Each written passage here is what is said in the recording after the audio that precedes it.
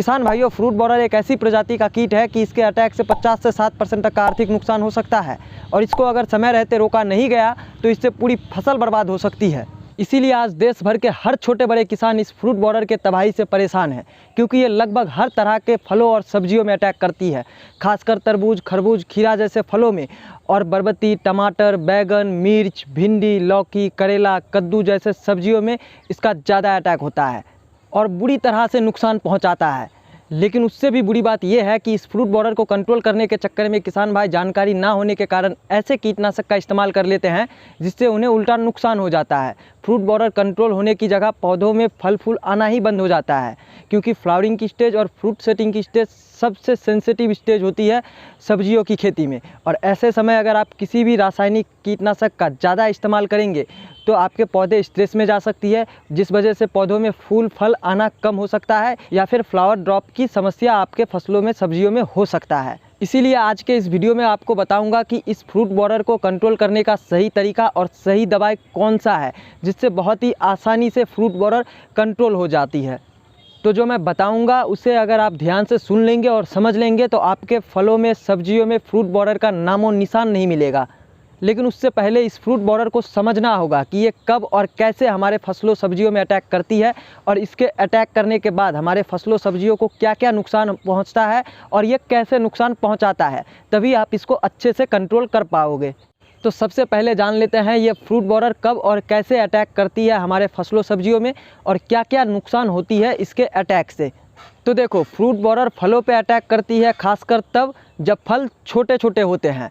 उसी समय फलों के सतह पे जो फीमेल यानी मादा फ्रूट बॉरर होती है वो अपना अंडा देती है। फिर वो अंडा जब लार्वा बनती है तो वो लार्वा फलों में छेद करके अंदर चले जाते हैं, वहीं खाना पीना खाते हैं और बड़े होते हैं। इसीलिए आप देखते होंगे कि फल बड़ा होने के साथ साथ फलों के अंदर जो छेद में फ्रूट बॉरर होती है वो भी बड़ा होती है और फलों का जो छेद होता है वो भी बड़ा होते रहता है फलों के बड़े होने के साथ साथ। लेकिन एक बात आपको बता दूं कि आप ये मत सोचिएगा कि जब फल छोटा हो तभी सिर्फ फ्रूट बॉरर अटैक करती है। फ्रूट बॉरर कभी भी अटैक कर सकती है, फ्रूट सेटिंग से लेके फ्रूट मैच्योरिटी की स्टेज में कभी भी कर सकता है आपके फलों पे अटैक फ्रूट बॉरर। तो उम्मीद है कि आप ये समझ गए होंगे कि फ्रूट बॉरर कब और कैसे हमारे फलों, सब्जियों में अटैक करती है। अब अगर बात करें कि इस फ्रूट बॉरर के वजह से हमारे फलों और सब्जियों को क्या क्या नुकसान होता है, तो देखो, जब भी ये फ्रूट बॉरर हमारे फलों, सब्जियों में अटैक करती है तो ये फलों, सब्जियों में छेद कर देती है, जिस वजह से फल ख़राब हो जाते हैं, फल ना खाने लायक रहते हैं और ना ही बाज़ार में बेचने लायक रहता है, जिससे हमें आर्थिक नुकसान का सामना करना पड़ता है, क्योंकि हम अपने फलों और सब्जियों को बाज़ार में बेच ही नहीं पाते हैं। इसके बाद एक और जो बुरी बात है कि ये बहुत ही तेज़ी से अपना पॉपुलेशन बढ़ाता है, मतलब एक पौधे के फलों से ये पूरे प्लॉट में बहुत ही तेज़ी से फैल जाता है। इसीलिए जब भी फ्रूट बॉरर का अटैक होता है किसान घबरा जाते हैं, फिर इसी घबराहट में किसान गलती पे गलती करते हैं, जैसे महंगे महंगे कीटनाशक खरीद के अपने फसलों में स्प्रे करते हैं फ्रूट बॉरर को कंट्रोल करने के लिए। लेकिन उनमें से बहुत से कीटनाशक ऐसे होते हैं जो असल में फ्रूट बॉरर को कंट्रोल ही नहीं कर पाता है।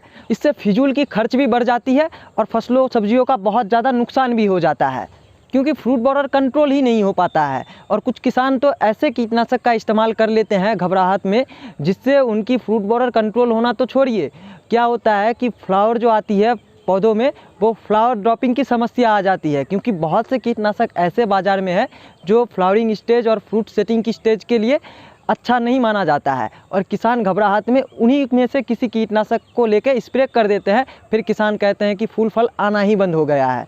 तो ये बात भी आपको ध्यान में रखना है। तो मोटे मोटे तौर पे बोलूँ तो इस फ्रूट बॉरर के वजह से हमारे फल ख़राब हो जाते हैं, फल खाने लायक नहीं रहते हैं, बाज़ार में बेचने लायक नहीं रहता है, जिससे हमारी आर्थिक नुकसान बढ़ जाती है। और इसको अगर समय रहते नहीं कंट्रोल किया गया तो ये हमारी पूरी फसल को ही बर्बाद कर देती है।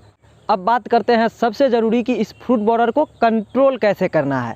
लेकिन उससे पहले कहना चाहूँगा कि अगर आपने अभी तक चैनल को सब्सक्राइब नहीं किया है तो मेरा आप सबसे निवेदन है कि कृपया चैनल को सब्सक्राइब करके बगल वाली बेल की घंटी भी दबा लीजिए। इससे आपको सारी वीडियो मिलेगी जो भी मैं बनाऊँगा और मेरा मनोबल भी बढ़ेगा, जिससे मैं आपके लिए इसी तरह के खेती से जुड़ी वीडियोज़ बना पाऊँगा। और एक बात कि इस वीडियो में बताया गया जानकारी अगर आपको अच्छा लगे तो वीडियो को ज़रूर से ज़रूर लाइक करिए और आपके मन में कोई भी सवाल या सुझाव हो तो नीचे कमेंट करके ज़रूर बताइए। अब वीडियो में वापस आते हैं और बात करते हैं इस फ्रूट बॉरर को कंट्रोल कैसे करना है।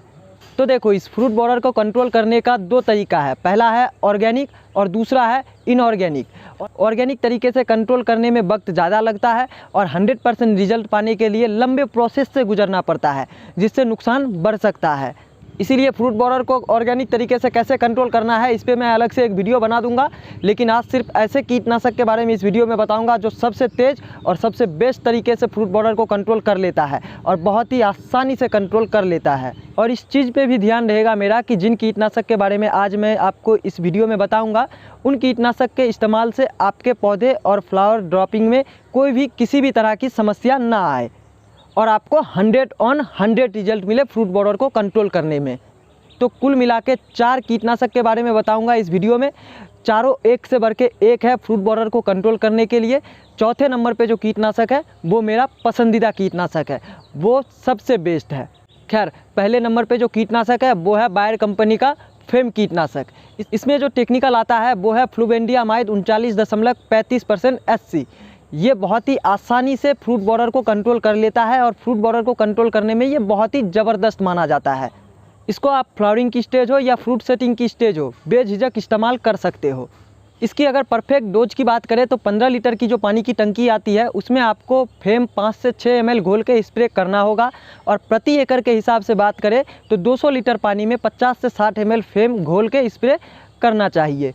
और अगर आप इसका कॉम्बिनेशन करना चाहते हैं किसी दूसरे कीटनाशक या दवाई के साथ, या फिर किसी भी कीटनाशक का कॉम्बिनेशन करना चाहते हैं दूसरे कीटनाशक या किसी दूसरे दवाई के साथ, तो आप सबसे पहले उन दोनों का अलग से एक कटोरे में कॉम्बिनेशन करिए और फिर थोड़ी देर बाद देखिए कि वो अगर दूध की तरह फट जाए तो वो कॉम्बिनेशन नहीं चलेगी, और अगर वो नॉर्मल रहती है तो आप उसका कॉम्बिनेशन कर सकते हैं। और ये चीज़ आप किसी भी कीटनाशक पे अप्लाई कर सकते हो। खैर, इस लिस्ट के दूसरे नंबर पे जो कीटनाशक है वो है अडामा कंपनी का बाराजाइड। इसमें आपको दो तरह के टेक्निकल देखने को मिलेगा। पहला है नोवालोरन 5.25% और दूसरा है इबामेक्टिन बेंजोएट 0.9%। ये भी फ्रूट बॉरर को कंट्रोल कर लेता है। इसकी अगर परफेक्ट डोज की बात करें तो 15 लीटर की जो पानी की टंकी आती है उसमें आपको 30 से 35 ml बाराजाइड घोल के स्प्रे करना चाहिए। अब इस लिस्ट के तीसरे नंबर पर जो कीटनाशक है वो है डॉ एग्री साइंस का ट्रेसर कीटनाशक। इसमें जो टेक्निकल आता है वो है स्पाइनोसाइड 45% SC फॉर्म में। ये भी फ्रूट बॉरर को बहुत ही आसानी से कंट्रोल कर लेता है और इसके स्प्रे से पौधा भी थोड़ा हरा भरा हो जाता है। और तो और ये वन ऑफ द बेस्ट कीटनाशक है फ्लावरिंग स्टेज में स्प्रे करने के लिए। इसकी परफेक्ट डोज की बात करें तो 15 लीटर की जो टंकी आती है उसमें आपको 5 से 6 ml ट्रेसल घोल के स्प्रे करना है। और प्रति एकड़ के हिसाब से अगर बात करें तो 60 से 70 ml 200 लीटर पानी में घोल के स्प्रे करना चाहिए। इसके बाद चौथे नंबर पे जो कीटनाशक है वो है मेरा फेवरेट सिमोदिस इंसेक्टिसाइड। ये अभी मार्केट में नया आया है, पूरा तबाही मचा के रखा है और मैं तो कहूँगा कि ये सबसे बेस्ट है। अभी तक मुझे इससे बेहतर कोई भी कीटनाशक नहीं लगा है। और इस कीटनाशक के बारे में अगर आपको डिटेल में जानकारी चाहिए तो आप यहाँ क्लिक करिए। मिलेंगे इसी वीडियो में, तब तक के लिए अपना ख्याल रखिए।